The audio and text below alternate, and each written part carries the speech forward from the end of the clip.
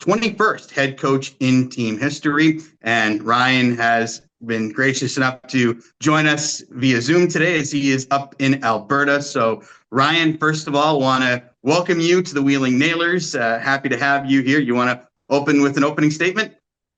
Yeah, absolutely. Yeah, first of all, thanks for setting all this up. Excited to see some new faces and meet everybody. Family and I are extremely excited to move down, see the area, everything we've been able to look at online. It looks like a great place for wife and kids, and excited about the organization. Certainly the history, and then the lineage and the tie with the Pittsburgh Penguins, and for me, a first foray into pro hockey, but I think the experiences that we've had here in Brooks will set us up well. And yeah, just looking forward to getting down there, getting everything started. Outstanding. So what we'll do is we'll go ahead and open things up for questions. I want to say first off, thanks to everybody. Good to see that Zoom is not a novel concept. Everybody seems to have their microphone off, which is outstanding. I think the easiest way to do it is if you use the raise the hand function, and I'll go ahead and call on you and we'll do the questions that way. And I see Taylor's already got the hands up, so I think we'll have Taylor lead things off if you want to. Yeah. Hi, Ryan. Congrats and welcome to Wheeling. You were with the Bandits for a long time. Why was now the right time for you to move on and move to the pros? Yeah, good question. I think for me, the change with the NCA and the CHL, that certainly plays a factor. We've been fortunate here to work with a lot of really good players, and obviously our niche was, for the most part, Canadian players who were choosing the college path, and that's different for us now. So I think that's the first step that opened, kind of opened me up to looking at different opportunities. And um, to leave here after 17 years, it was going to have to be unique, and certainly what I felt was the right opportunity. And this one for me, just with the history of the Nailers, what I found that it means to the community there, and then obviously, like I said before, the tie with the Penguins, something that I thought for me and my family, it just was too easy to say yes to, and yeah, excited for us to move down there. Taylor, if you've got a follow-up question there, I see your hand still raised. You can go with that again. Yeah, I was gonna ask, you did have a lot of success there too in Brooks, and that's a league where you do have a fair amount of roster turnover from year to year. What do you think did allow you to find that real consistent success there with so many different groups of guys? Yeah, I think our recruiting here has been probably our niche. Just being open to different areas of North America, and different styles and types of players. I think we've been really adaptable over the years. And then just our player development, and how our guys are year to year. And, we feel like it becomes a cyclical thing where, as much time and effort as we're putting into the player development, we're getting it back on the other side with the winning and the culture. And, year over year, it's seemed to just drive itself. Jack from WTOV9. Thanks, DJ, and congrats, Ryan. I'm curious, as the wheels get in motion for you to take over this job. Your predecessor was a guy that was heavily indoctrined into the community in Wheeling. In addition to making the jump to professional hockey and being a part of the Penguins organization, what's your excitement level like to get to know the folks around Wheeling and fully become a member of the community and become indoctrined in Wheeling and everything that it's all about? Yeah, I think through the process we found that Wheeling and Brooks, they seem to have a lot of similarities. So, throughout the 17 years here, my kids grow up in the arena, and I feel like, we're looking for the same experience there. I want my kids to be around the arena. I want my wife to be part of the city. We certainly want to be out there meeting people, getting to know, the culture of the area. And I think it's important that we live there in Wheeling. It's a face and a name that people see and know. And, the hockey is one piece, but obviously the tie to the community and having everybody feel involved is another huge piece. So we're excited for it. Jake, WTRF. Coach, congratulations. DJ, thanks. Coach, I wanted to ask in terms of the Penguins organization that you're stepping into. What do you like about where this organization is heading? Anything that, they're doing right now that kind of led you to take this position?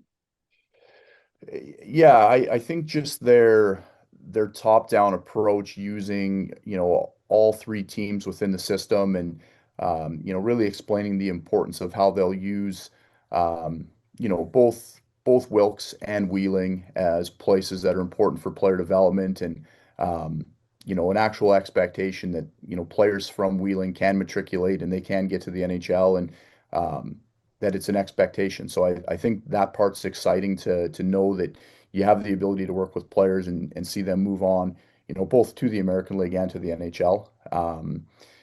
And I just think really like I believe that, everyone in the organization in my dealings, they've been upfront. Everything's been very black and white, easy to understand and see the path that they have set forth and all the same values that we've had here in Brooks over the years. So it's something that oddly lines up very, very closely with how we do things here. Samantha, you're up next. Hi, Coach. Congratulations. Welcome to Wheeling, and thanks, DJ. Kind of my question is, what is your coaching philosophy, and how do you tie that into developing not as the players individually, but as a team too? Yeah, so for me, I want our team to be offensive. I want us to be an exciting brand to watch. I think, there's many different ways you can win a hockey game, but I know the style of play that players like. I know what fans like to see, and so we want to be, high skilled, offensive. We want to be fast. I think all of that is with respect to being a hard team to play against.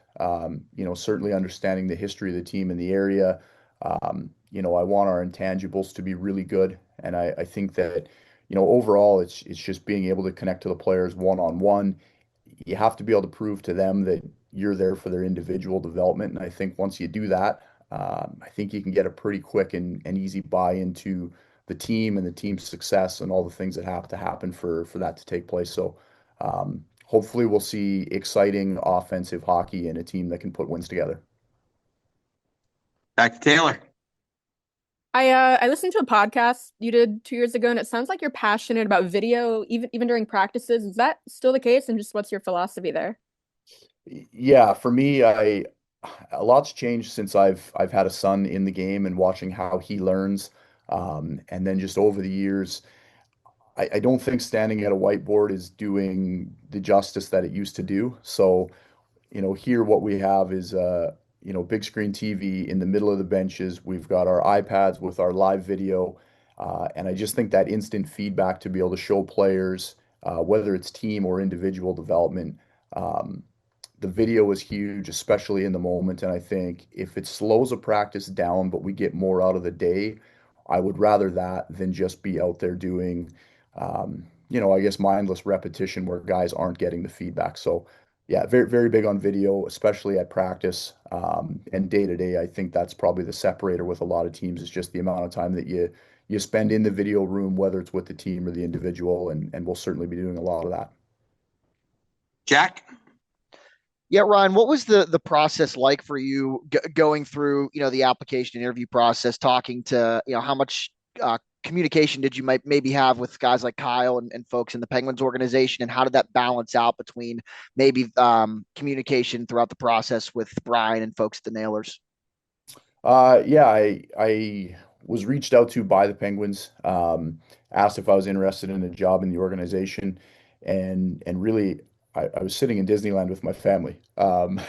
So the answer was sure. I'd love to interview and see what it's all about. And I spent most of the process with Amanda Kessel and Jason Spezza, and getting to know them, going through the interview. Right after that, I had an opportunity to meet and speak with Brian. And I think having their sell on what the job was all about, and then being able to speak to Brian and understand from the Wheeling perspective and the community and the day to day, all of it seemed to be very aligned, and everybody's there for the right reasons. So it felt to me like a quick process. For us, it's the first time we've moved. It's the first new job that I've taken in 17 years. So a hard decision to leave, but also a really easy one once I heard what it was all about. Taylor? You're a former goaltender. A little uncommon to see ex-goalies in a head coaching role. Do you feel like that background gives you a different perspective now in your new role? I do. Geez, I'm so far removed from being a bad goalie, but um, I think it's a bit of a more of a wholesome approach. I saw the game coming at me, so I think I look at it from a different perspective. And although I'm not in there with the players, I don't have some of the similar experiences, day to day as they do. I've been doing this for long enough that I understand the repetition they go through and the fine details that make the difference between good players and great players. And I do think that the unique perspective gives me an opportunity to connect to them in a different way. Jake? Yeah, Ryan, obviously your first professional job as a head coach. Talk to me in terms of kind of where you want your career to go. I mean, is this something that you see as end goal here in Wheeling, or what type of move is that? Yeah, when I first came to Brooks, I didn't expect to be here for 17 years. So I'm excited about what's right ahead of us, which is this upcoming 25-26 season. Um, I've never really done this with long-term goals in mind. I think I've always been, day to day, month to month, year to year, and really just focus on where I am and what I'm doing. And at this point in time, it's getting to Wheeling, it's learning the team, learning the league, obviously the community, and I want to be focused on what we're doing right there and now. And if this leads to something different in the future or bigger, better, however you want to phrase it, I think that's great. But to me, the important piece right now is doing everything we can in Wheeling to develop players, have an exciting product, and ultimately we'd like to win. Okay. Anybody else, or does that cover what everybody needs for today? Okay. Perfect. Well, task number one as the head coach of the Wheeling Nailers is completed with flying colors. So, Ryan, I appreciate you taking the time out of your day to meet everybody, and I'm sure everybody will look forward to getting a chance to meet you in person. Thanks again to all the members of the media for giving us the coverage today and for being able to be a part of this. So, thanks, everybody. Awesome. Thanks, DJ. Thank you. All right. Thank you. Thanks, DJ. Thanks, guys. Thanks, Sage. Yep. Thank you. Yep.